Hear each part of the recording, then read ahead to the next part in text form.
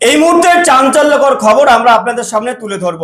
জঙ্গিপুর পৌরসভার বিরুদ্ধে উঠল অবৈধ নির্মাণের অভিযোগ। আর এই অবৈধ নির্মাণের অভিযোগে রীতিমতো মহামান্য কলকাতা হাইকোর্ট থেকে আইনি নোটিশ এলো। অভিযোগকারীর অভিযোগ, দীর্ঘদিন থেকে আপনারা সকলেই জানেন যে রোজভ্যালি নামে একটি বেসরকারি লগ্নি সংস্থা ছিল। তারা হাজার হাজার মানুষের টাকা নিয়ে পালিয়ে যায়, আর তার বিরুদ্ধেই অভিযোগ দায়ের হয় মহামান্য কলকাতা হাইকোর্টে।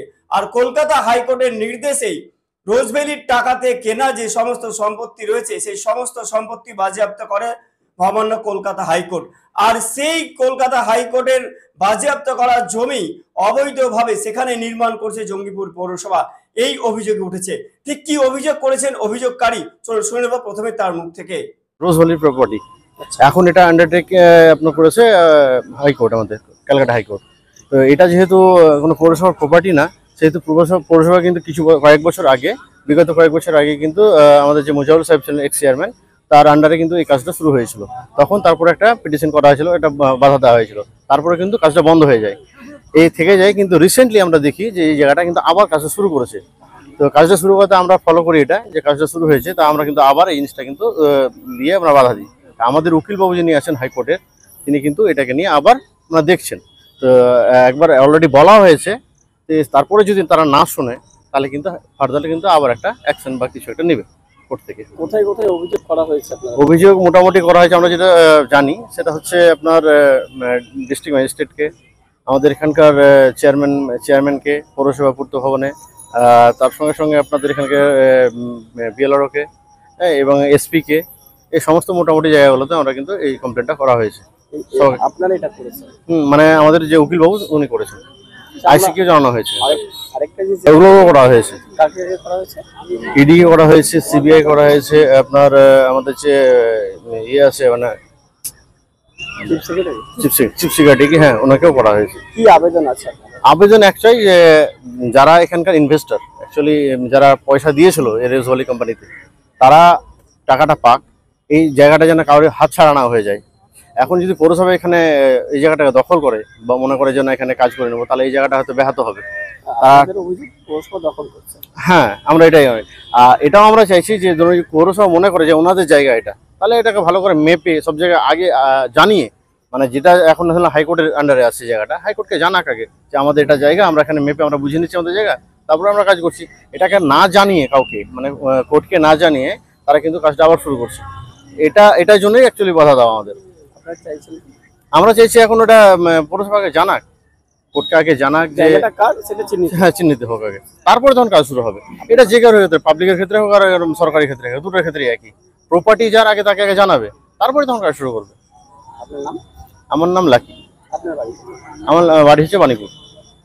আমরা শুনলাম অভিযোগকারী কি জানালেন, চলুন আমরা এবার শুনে নেব জঙ্গিপুর পৌরসভার পৌরপিতা মুখুজ্জেল ইসলাম, তিনি কি জানাচ্ছেন, তার বক্তব্য আমরা শুনে নেব। পৌরসভা রোজভ্যালির জায়গা দখল করছে কেন? পৌরসভার কি জায়গা কমে গিয়েছে?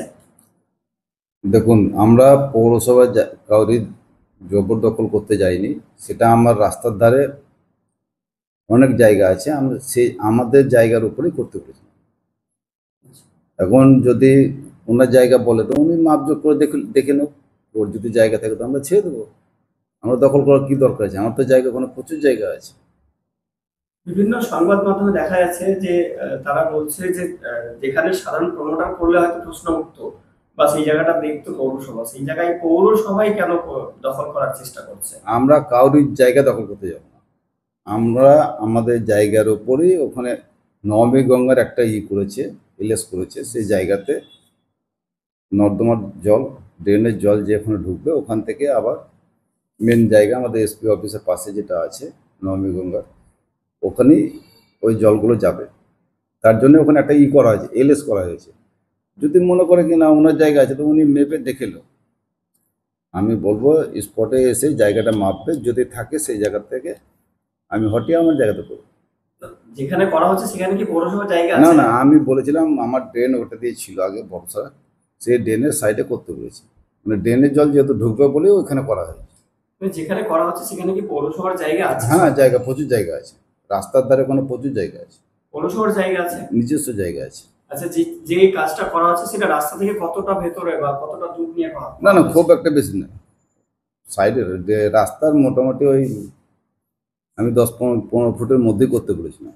সেটা কতদূর হয়েছে আমি অতটা জানা নেই, তবে আমার কাছে চিঠি এসছে হাইকোর্ট থেকে, সেটা দেখবো, দেখার পর আমরা উত্তর দেবো। ওনারাকে ডাকবো, যারা জায়গার মালিক আছে তারাকে ডাকবো, ডেকে বলবো কি আপনারা আপনাদের জায়গা মেপে বুঝালেন, তারপর আমরা এলে সব অসুবিধা কী আছে। কিন্তু আপনারা যখন একটা কনস্ট্রাকশন করছেন, একটা নির্মাণ করছেন, তো আপনারা আপনাদের জায়গাটা প্রথমে মেপে করলেন না কেন? না, আমরা জানি কি ওটা আমাদেরই জায়গা। এখন উনি বলছে কিনা আমার জায়গায় পড়েছে, উনি দেখে নেবেন মেপে। আমি চাইবো না কি কারোর জায়গা দখল করে পৌরসভা কোনো কাজ করবে। পৌরসভার জায়গা প্রচুর আছে, সেই জায়গার উপরেই হবে। তাহলে এখন কি কাজ বন্ধ থাকবে? বন্ধই আছে তো, অনেক দিন থেকে বন্ধ আছে, বছর। আজকে দেখলাম গত 2 দিন থেকে দেখছি যে সোশ্যাল মিডিয়ায় বা বিভিন্ন খবরের মাধ্যমে দেখছি যে আবার পুনরায় চালু করা হয়েছে। না না না না, ওখানে চালু হয়নি, কাজ এখনো চালু হয়নি। আমি গত পরশুদিন একটা হাইকোর্টের চিঠি পেয়েছি, সেই চিঠির উত্তর আমি দিব। আমি জানি কি ওটা আমার জায়গাতে হচ্ছে, যদি উনি মনে করে কিনা আমার জায়গাতে আছে, ওনার জায়গাটা মেপে নেবে। কতদিন থেকে কাজটা বন্ধ হয়ে পড়ে রয়েছে? প্রায় 1.5 বছর থেকে। 1.5 বছর থেকে বন্ধ হয়ে হুম। গেছে। এখন তাহলে যতক্ষণ না পরিষ্কার হচ্ছে, কাগজপত্র ক্লিয়ার যতক্ষণ না পরিষ্কার হবে, ওনাদের জায়গায় যদি আমার এলএসটা যদি ওনাদের জায়গায় ঢুকে থাকে, আমি বন্ধ করে দেবো, তার পাশে করবো। আমার নিজের জায়গার উপরে করবো, আমি অপরের জায়গায় করতে যাবো না। আমি সরকারের জায়গায় করবো, পৌরসভার জায়গায় করবো, আমি পাবলিকের জায়গায় কেন দখল করতে যাবো?